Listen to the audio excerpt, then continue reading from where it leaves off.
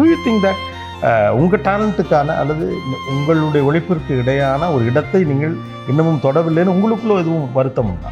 Sir எல்லாருக்குமே அது இருக்கும் சார். ஜென்ரலாகவே நம்ம வந்து ஒரு ஒரு பணி செஞ்சுட்டு இருக்கும்போது ரொம்ப விருப்பப்பட்டு ஒரு பேஷனோட ஒரு விஷயத்தை நம்ம ட்ராவல் பண்ணிகிட்டு இருக்கும்போது இன்னும் ஸ்டில் நம்ம ரீச் பண்ண வேண்டிய விஷயம் நம்ம இன்னும் ரீச் ஆகலையோ அப்படின்ற ஒரு விஷயம் இருக்குது. பட் அதுலனால நம்ம தோண்டு போகவே முடியாது சார். எனக்கு புஷ்ஷிங் ஃபோர்ஸே வந்து I can do it, it will happen அப்படின்ற அந்த பாசிட்டிவ் நோட்டு தான் சார். ஸோ அதில் தான் நான் ட்ராவல் பண்ணுறது உண்டு. எனக்கு கதை சூஸ் பண்ணுற விஷயமா இருக்கட்டும், என்னோட கதாபாத்திரத்தை விட கதை போய் ஆடியன்ஸை கனெக்ட் ஆகுதான்ற ஒரு விஷயம். ஸோ நாளைக்கு நம்ம படங்களை பார்க்கும்போது நல்ல படம் தான் பண்ணான், சூப்பராக இருந்துச்சுல்ல அப்படின்னு சொல்லிட்டு மேபி அந்த நேரத்தில் அது வந்து பல காரணங்களால் அது வந்து சரியாக போகாமல் இருக்கலாம்.